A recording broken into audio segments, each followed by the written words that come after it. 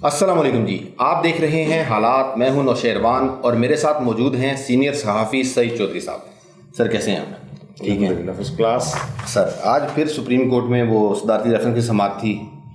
Chief justice साहब ने आज तो चार्टर ऑफ डेमोक्रेसी पे इतराज़ कर दिया। उन्होंने कहा जी दोनों से बातें इत्तफाक़िया हुआ था, अमल नहीं करने। इतराज़ नहीं किया, अफसोस किया। अफसोस का इजहार किया कि जनाब मसाक़ जमहूरियत।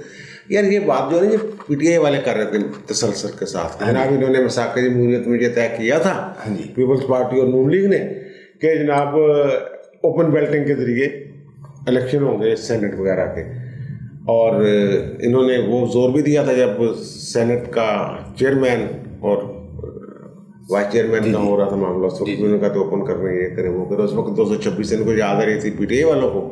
अब यार ये जस्टिस गुलजार अहमद साहब ने चीफ जस्टिस पाकिस्तान, इन्होंने सुनी सुनाई बात कर दी है या उतना की ही उन्होंने पोर्शन पढ़ा है मसाक़ जमहूरियत का जितना पीटीआई वाले बता रहे हैं।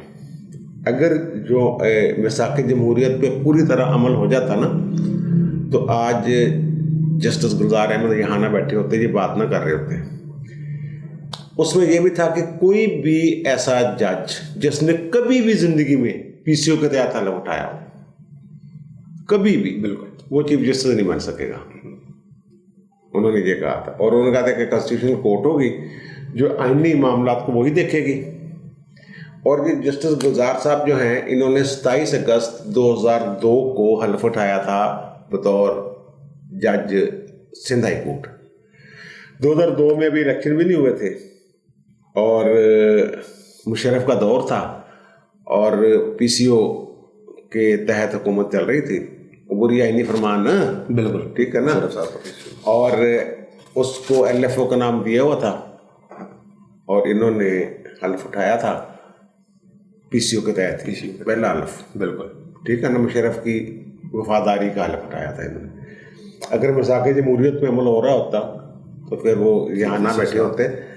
तो सारा कुछ देखना पड़ता है। जिस तरह कार्रवाई चल रही है आप सुप्रीम कोर्ट की सदारती रेफरेंस पे, तो कभी ये कह रहे हैं जनाब के जितने वोट हैं किसी पार्टी के, जितनी रिश्ते हैं उसके तनासब से होना चाहिए। जैसे कल भी हमने बात की थी भाई, वहाँ फिर आज़ाद जो कैंडिडेट हैं उसका तस्वर कहाँ जाएगा? आज़ाद कैंडिडेट हो सकते हैं ना, हो सकते हैं, तो वो कहाँ गए? वो क्यों फिर अगर सीटों के हिसाब से होना है वो 3 साल बाद क्या सूरत होगी जब दोबारा इलेक्शन होंगे? ये तो एक समझ लें कि ऐसे ही है। वो कहते हैं जी उसको जो है ना 226 आर्टिकल, वो 226 ये इतनी दफ़ा बात की है, सबको याद हो गया होगा कि वज़ीर आज़म और वज़ीर आला के अलावा तमाम इलेक्शन खुफिया बैलेटिंग के जरिए होंगे। उसको कहते हैं जी ना वो 59 से भी मिला के पढ़ना है।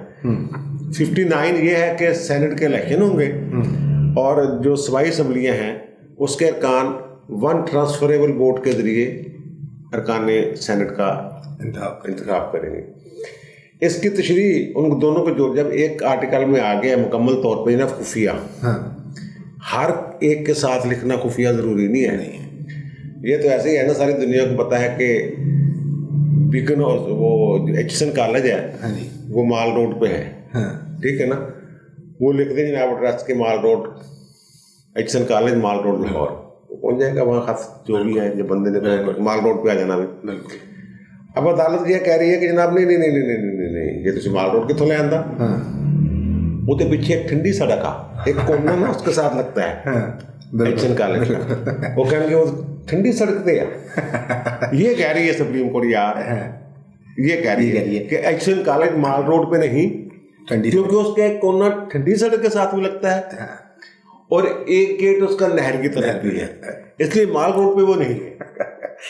2 सड़कें, माल रोड एक है, बाकी सड़कें 2 हैं और तीसरे ज़मान पार्क भी लगता है, इसलिए एचसन कॉलेज माल रोड पे वाक़ई नहीं है। ये कह रही है सुप्रीम कोर्ट, क्योंकि बाकी 3 सड़कें जो है वो भी तो है ना। ये यार क्या तशरीह करने बैठे हुए और क्या कर रहे हैं, अल्लाह माफ़ करे। और कभी कह देते हैं जनाब क्योंकि आइन एक सियासी दस्तावेज़ है इसलिए हम भी सियासी बात कर रहे हैं। वो आइन की तशरीह को भी पढ़ लें। आइन की जो तारीफ़ है ना पॉलिटिकल साइंस में, वो सियासी दस्तावेज की नहीं होती। वो मुल्क का सबसे बड़ा कानून होता है, बेशक। और कानून की किताब सबसे मुकद्दस होती है, वो सियासी किताब नहीं होती। उसके ताबे सारा मुल्क चलता है। एक बुनियादी ढांचा होता है कॉन्स्टिट्यूशन है, बिल्कुल, जिसके तहत हुकूमत भी चलती है, यानी स्टेट के चारों आर्गन जो है उसके तहत होते हैं, और उसी के ताबे तमाम कवानीन होते हैं। बिल्कुल, और ये सुप्रीम कोर्ट भी इसी के ताबे है। बिल्कुल, ये सियासी मामला जनाब से आता है, यानी जो भी बात ऐसी जिससे हुकूमत की बात को तकवीत मिले वो ये फरमा रहे हैं। ठीक है, ये इशारे कहीं और जाते हैं सर। 2-3 दिन पहले आपने जब जिक्र किया था ना उनका साबिक चीफ जस्टिस साकिब निसार साहब का, तो हमारे काफ़ी सारे व्यूवर्स ने मौजूदा अदलिया के जजों को भी उनसे मिलाया हुआ, उन्होंने कहा जिनका मुस्तकबिल भी वही होने वाला है, ये भी दीवारों से बातें करेंगे और अपने घर में तकरीरें वगैरह करेंगे।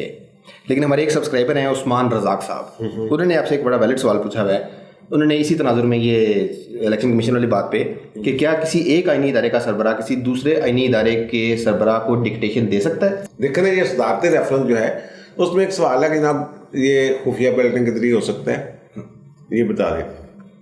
और ये उसको ये एक पिटीशन की तरह चला रहे हैं, ये समझ रहे हैं कि हुकूमत पाकिस्तान ने एक आईनी पिटीशन दायर की हुई है और उसमें हमने हुक्म देना है, इन्होंने राय देनी है। और ये कभी उसको बुला के खड़ा कर लेते हैं सामने कटहरे में, कभी उसको, अब पीपल्स पार्टी वाले, नून लीग वाले, वो सारे गए हुए हैं, जो भी स्टेक होल्डर्स हैं सबका मौक़िफ़ सुनना है ना इन्होंने। कहते हैं आपको 10 मिनट दे रहे हैं, आपको 15 मिनट। अटॉर्नी जनरल की कल सुनो, अटॉर्नी जनरल जो फरमा रहे हैं वो तो वही बता रहे हैं जो हुकूमत कह रही है उन्हें। बिल्कुल। और इलेक्शन कमीशन एक इंडिपेंडेंट अदारा है, जिस तरह सुप्रीम कोर्ट का एक आर्टिकल है ना कि तमाम मुल्क के अदारे सुप्रीम कोर्ट के अहकामात के ताबे होंगे, तावन करने के पाबंद होंगे, इसी तरह उसका भी एक आर्टिकल है इलेक्शन कमीशन का भी, वो भी यही कह रहा है कि तमाम अदारे इलेक्शन कमीशन के के साथ तावन करने, उसकी मावनत के पाबंद होंगे, उनके पास भी ये है। और आमतौर पे माजी में हमेशा सुप्रीम कोर्ट के जज या चीफ जस्टिस जो है वो इलेक्शन कमीशन के थे, उनको बुलाते नहीं थे, तो रजा होता था। अब क्योंकि वो एक ब्यूरोक्रेट हैं, उनको बुला के खड़ा कर लिया। अभी नीचे एक दोस्त मुझसे कह रहे थे कि यार इलेक्शन कमीशन ने बड़ा स्टैंड लिया, कि सुप्रीम क्या यानी वो आइन पे डट गए हुए हैं 226 पे, सुप्रीम कोर्ट क्यों ऐसे इंटरेस्ट निकालने के चक्करों में पड़ी हुई है। तो सवाल का जवाब जरा तल्ख सा था। मैंने कहा यार वो जो होता है ना, वो आता है जो चीफ इलेक्शन कमीशन होते हैं, दोबारा नहीं आना होता, एक दफ़ा ही होता है। फिर उसके जो अरकान हैं 4, उन्होंने भी 2 साल बाद चला जाना होता है, वो अब जाने वाले हैं, 2 नए आने वाले हैं, तो उनका तो मुस्तकिल होता है इतना ही। और इस बेंच में शामिल हैं कई जजेस, मुस्लिम बदयाल साहब हैं, इजाज़ुल एहसन साहब हैं जी, उन्होंने बनना चीफ जस्टिस आगे। तो अपने मुस्तकबिल के लिए सारा बंदा सोचता है। आप सोचते हैं कि मैंने क्या कहा है। बिल्कुल ताल्लुकात बना के रखने चाहिए, चीज़ें खराब नहीं करनी चाहिए। दूसरा अहम मामला सर, फैसल वाडा साहब के कागजात नामजदगी तो मंजूर हो गए, हालांकि उनका वो ड्यूल नेशनलिटी वाला केस चल रहा है इलेक्शन कमीशन में, लेकिन परवेज़ रशीद साहब के कागजात मुस्तरद हो गए। यार परवेज़ रशीद ना एक गल्ला नहीं मर्जी सुन लो तो करो। वो वैसे बात करते वक्त भी ना बहुत सोचता है, बहुत सोच के बात करना है। अगर पूछें कि आपके कितने बच्चे हैं तो वो बहुत सोच के बताएगा कितने, ये आप कहाँ रहते हैं, वो सोचेगा कि फिर गली का तस्वर करेगा, मैं फलां गली में रहता हूँ, फलां घर में रहता हूँ। वो आप फरमा रहे हैं, ये कानून है कि किसी इवन यूटिलिटी बिल्स भी ना अदा किए हो ना, फिर भी नहीं हल हो सकता है। ये उज़रदारियाँ जो होती हैं, अपीलें इसके खिलाफ 2 दिन हैं इनके पास, ठीक है, 2 दिन में अपील करेंगे, 2 दिन में फैसला हो जाएगा, फिर ठीक है 4-5 दिन में सारा कंफर्म, ठीक है। वो आमतौर पर जब इलेक्शन ट्रिब्यूनल में जाती है ना अपील, तो वो कहते हैं भाई जी पैसे जमा करवा दो, तो ठीक है। आज उन्होंने फरमाया जनाब मुझे तो पता ही नहीं था पैसों का, तो मैं तो पैसे लेके फिर रहा हूँ चेक, तो मुझे तो पता ही नहीं कहाँ जमा करवाने। भाई आप 5 साल इक़्तिदार में रहे हैं, पंजाब हाउस का मामला है, और आपको ये नहीं पता कि बिल कहाँ जमा करवाते हैं। बिल्कुल। पंजाब हाउस में किसी बंदे को भेज देते हैं, आप ये नोटिस आया है, अब ये कहते हैं मुझे पता नहीं। जो मेरे पास चीज़ है, रिकॉर्ड है कि 14 अक्टूबर 2019 को सेकंड नोटिस दिया है इनको। कंट्रोलर जो हैं पंजाब हाउस के, उनका नाम है वसीम अहमद खान, अपने दस्तखतों के साथ उन्होंने 2 नोटिस भेजे इनको उस एक ही तारीख को। एक तो था 69,37,200 रुपये का, और एक था 26,56,500 का, कि आपने बिल इतना देना है, और तकरीबन 96 लाख के राउंड अबाउट टोटल अमाउंट बनती है। बिल्कुल। तो जब नोटिस आया था 2 साल पहले, हाँ जी, तो भाई साहब आप जाते जाते नोटिस आया, दसो भाई जी कितने बजे, चेक दे देते, बात खत्म। बिल्कुल। अब कहते फिर रहे कि जनाब वो मैं कहाँ जमा करूँ, मुझे पता ही नहीं। कमाल, अभी आप कैश एंड कैरी पे जाते हैं कोई सौदा लेने, तो आप कहते हैं मुझे पता ही नहीं पैसे कहाँ देने, इसलिए मैं दूसरी गली से निकल गया यार। अल्लाह का खौफ करो, खुदा का खौफ करो। और ये हो जाए कि अब वाडा साहब की जो बात है ना, वाडा साहब की बात हमने याद दहानी के लिए मैं बता रहा हूँ कि मैंने पहले भी कहा था कि उन्होंने ये नहीं कहा हुआ कि मेरे वहाँ के मेरे पास दोहरी शहरियत, उन्होंने कहा मेरे पास दोहरी शहरियत थी, लेकिन मैंने वहाँ उसको गिव अप कर दिया, छोड़ दिया था, तर्क कर दिया था, तो इसलिए मैं अहली हूँ। उसकी सिर्फ डेट का चक्कर है कि वो कहते हैं कि इलेक्शन जब इसने कागजात जमा करवाए उस वक्त छोड़ी नहीं थी, वो कहता है उस वक्त में छोड़ चुका हुआ था। वैसे जो था ना साकब कोर्ट, ये साकब की अदालत जी, उसने बेचारी जो आज बिला मुकाबला हुई है सादिया वासी, शाहत खान वासी की बहन, उनका इन्होंने ना नाहल कर दिया था। वो वजह ये थी वो अमेरिकन नेशनलिटी थी उनके पास, उन्होंने वहाँ छोड़ दी थी, लिख के दे दिया कि मैं ये तरक कर रही हूँ आपकी शहरियत। उन्होंने कहा नहीं नहीं नहीं नहीं नहीं, क्योंकि अभी तक वहाँ से सर्टिफिकेट नहीं आया कि आपका वो आप छोड़ चुकी हैं, इसलिए आप नाहल हैं। ये हारून अख्तर जो हैं, बिल्कुल अख्तर अब्दुर्रहमान, वो उनका भी इसी वजह से हो गया था। बिल्कुल, उनको भी उन्होंने कहा था चलो तो नाहल कर देते 2 महीने। नून लीग के बड़ा बेचारों के साथ मसला हुआ था। बिल्कुल। तो वाटा साहब अब तो नहीं है ना दोहरी शहरियत, अब तो सर्टिफिकेट आ गया हुआ ना। हाँ जी। अब वो नाहली नहीं रही उनकी, इसके लिए वैलिड है। ठीक है। बहरहाल वो जो उनके मध्य मुकाबले उम्मीदवार वो अपील कर सकते हैं, ठीक है ना। वहाँ इनकी दोहरी शहरियत के ये मसला नहीं कि अब भी डुअल नेशनल है, ठीक है। उनका मसला ये है कि इन्होंने जब नेशनलिटी छोड़ी थी दूसरे मुल्क की, उस वक्त कागजात नामजदगी दाखिल होने के बाद वो छोड़ी थी या पहले, ये इतना इशू है। अब तो वो नहीं, वो एमी बिला वजह वो, ठीक है, बंदे देखना किसी बंदे के एक कहना कि क्या लफ्ज़ इस्तेमाल करें उनके लिए, उस तरह का होना और चीज़ है, अहलियत होना ठीक है और चीज़ है ना। लेकिन सर आज मुझे बड़े बदले बदले लग रहे हैं। नहीं बदले की बात नहीं, जो सच्ची बात नहीं, सच्ची बात मेरी बात सुन, मैं तो यूथिया इसलिए कहता हूँ, मेरी बात यूथिया इसलिए नहीं कहता कि तेरे उनके विचार है, ज़ाहिर है मेरा भी किसी पार्टी से कोई हमदर्दी, मैंने वोट किसी को दिया ही होगा ना, आपने भी किसी को दिया होगा, हो सकता है मैं पीटीओ को वोट दिया हो, जिसको भी दिया हो, तो बताने की जरूरत नहीं। सीक्रेट बैलेटिंग, ठीक है ना, ये इसीलिए सीक्रेट बैलेटिंग इसलिए थे ताकि बता, इसलिए कहता हूँ जो साफ़ी है ना उसको जानबदार होना चाहिए। जानबदार होना मुश्किल है, लेकिन जानबदार होना चाहिए। जो सच्ची बात है वो जितनी मर्जी आप फिल्मबाज से करें, आपको कोई पकड़ नहीं सकता। ठीक है ना, मैं सख्त बातें कर जाता हूँ, लेकिन वो सच्ची बात होती है, मुझे पूरा यकीन होता है मुझे बात कर रहा हूँ, ये बात सच्ची है। मुझसे पूछेंगे तो मैं कहूँगा भाई जी है, हुआ नहीं ऐसे। ठीक है, बिल्कुल ठीक है, इसलिए मैं ये कहता हूँ आपको, और कोई ठीक है। नहीं मुझे आपके बदले का एहसास नहीं हो रहा है, क्योंकि देखिए अगर उन्होंने छोड़ भी दी फैसल वाडा साहब ने दोहरी शहरियत, तो इलेक्शन कमीशन में 55 पेशियां एक दफा तो चले जाएंगे। भाई वो नुक्ता समझ, बारीक सा नुक्ता समझने की कोशिश कर। वो नुक्ता ये नहीं है कि वो दोहरी शहरियत है, ये है कि उस वक्त उन्होंने जब इलेक्शन लड़ा तब छोड़ दी थी। ठीक है, वो कहते हैं उस वक्त में छोड़ चुका था। बिल्कुल, मध्य मुकाबल कहते नहीं छड़ी थी। बिल्कुल, वो एक शहादत का इशू है, यानी कि एविडेंस का मामला। ठीक है, वो इशू है, तेरा बार नहल हो जाएगा। लेकिन वो नहली नहीं होती, डी सीट हो जाएगी। ठीक है, चलें यार आगे बढ़ते हैं। सर वो इमरान खान साहब ने कहा है कि हम अपने दोस्तों से रब्ता करेंगे, और इसके बाद हफीज शेख साहब ने जहांगीर दिन से रब्ता कर भी लिया। यार वो अच्छी बात है ना, और वो कहते हैं जनाब फौरी तौर पर जहाज कटिया।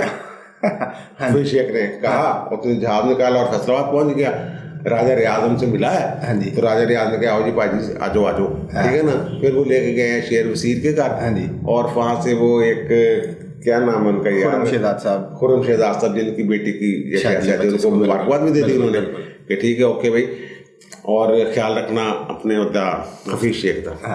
यार ये बात सुन, ये किसी को क्या पता वो क्या कहने गया है वहाँ पे। अच्छा ठीक है ना, ठीक है।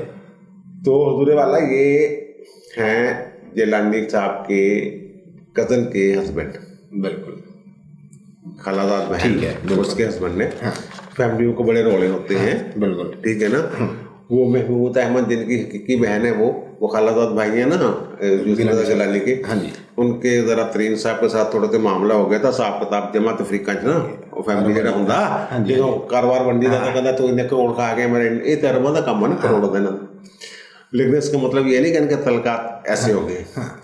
दूसरा ये कि उनका हफीज शेख के फोन पे एक्टिव हो जाना जो है ना उनका, वो समझ से बाला तार है। ठीक है, वो हफीज शेख कौन है? वो कौन है? कुछ भी नहीं, उसके लिए कुछ नहीं है। वो उसके लिए है इमरान खान, उसकी नाराजगी है इमरान खान से, ठीक है ना। शेख हफीज के मनाने से वो बनने वाला नहीं है।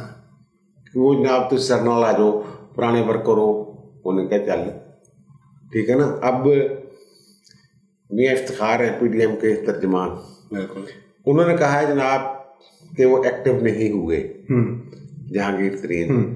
पीडीएम कैसे उसकी जगह तर्जमानी कर सकता है वो?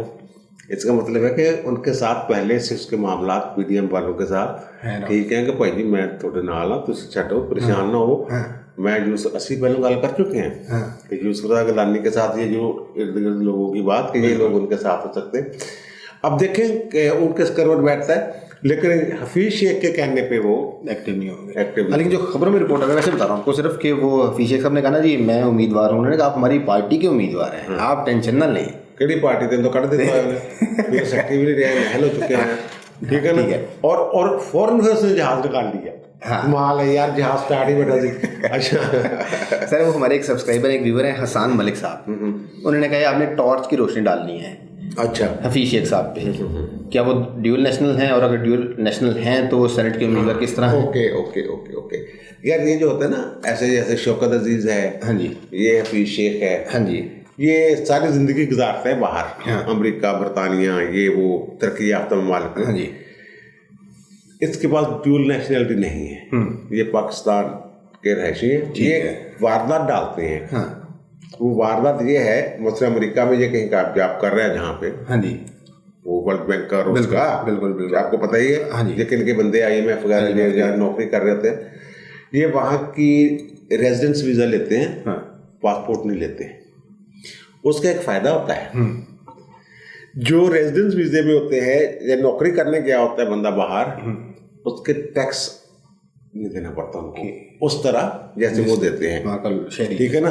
वहाँ तो 37% तक बिल्कुल है, इतना टैक्स कट जाता है, बिल्कुल। ये एक दोहरा फायदा उठाते हैं कारीगर, एक पाकिस्तान कारीगरी करते हैं, एक पाकिस्तान की शहरी में रहते हैं, और वहाँ इनको एक तरह का परमानेंट रेजिडेंस वीज़ा मिल जाता है, हाँ। लेकिन नेशनल नहीं होते वहाँ, नेशनलिटी नहीं होती इनके पास वहाँ, हाँ। नेशनलिटी जी पाकिस्तान की रखते हैं, पासपोर्ट पाकिस्तान का रखते हैं, बिल्कुल। उसका ये वीज़ा यानी वो कहते हैं टैक्स, हाँ।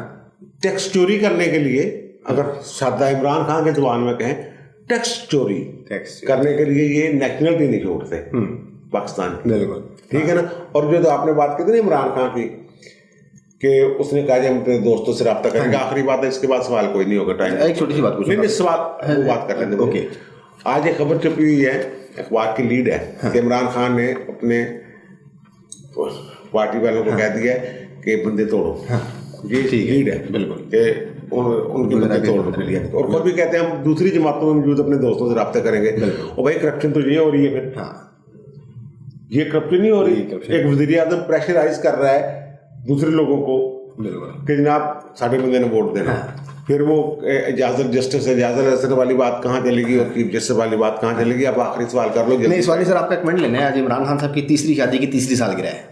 अच्छा, आज? हाँ जी, 18 फरवरी। यार डेट का शक जिहा रहता है इन्हां दी तां, रौला जिहा पै गया सी, रौला जिहा पै गया सी, ते हाँ, ते इहदी तस्दीक तरदीद डेट का एग्जैक्ट किहड़ा दरगाना ना देख के पता लगेगा, और जिन्हें निकाह पढ़ाया सी उधर वो घर दे उन्होंने बंद कर देता है मौलवी कभी नहीं कभी नहीं सर, इसका बनाया कभी क्या था, मुफ्ती सईद साहब ने पढ़ाया था। कभी क्या था इसमें? कभी सब तो वही तरीके था, आपके ओहदेदार थे तो बड़े इन थे, लेकिन उसी निकाह खान ने पढ़ाया था जिन्होंने रेहान वाला निकाह पढ़ाया था, मुफ्ती सईद साहब, जो इमरान खान के बड़े काबिल एतमाद आदमी हैं और मामला खुफिया भी रख सकते हैं, क्योंकि खबर शादी वाली आ गई थी 1 जनवरी को, अच्छा, और शादी का इकरार किया गया था 18 फरवरी को। हाँ, आप देखो ना, अब ये भी नहीं पता कि यूनियन काउंसिल का कार्ड निकलेगा, लाहौर वाले घर से हुआ है, कोकाट वाले घर में हुआ है, ठीक है ना, वो कार्ड वैसे निकलवाएं, देखें सही यार, ताकि हम एन वक्त पे मुबारकबाद दे सके, ठीक है ना। 12 अगर आगे पीछे डेट होगी तो माफ कर देना, हमारे दर से मुबारक हो, ठीक है ना। हमारे वज़ीर-ए-आज़म इमरान खान को तीसरी शादी की तीसरी सालगिरह मुबारक हो। आपने सुन ली तमाम मामला। तो चौधरी साहब की राय, आपकी क्या राय है कमेंट्स में ज़रूर बताइएगा। आपसे मुलाकात होगी अगली वीडियो में, तब तक के लिए अल्लाह हाफ़िज़।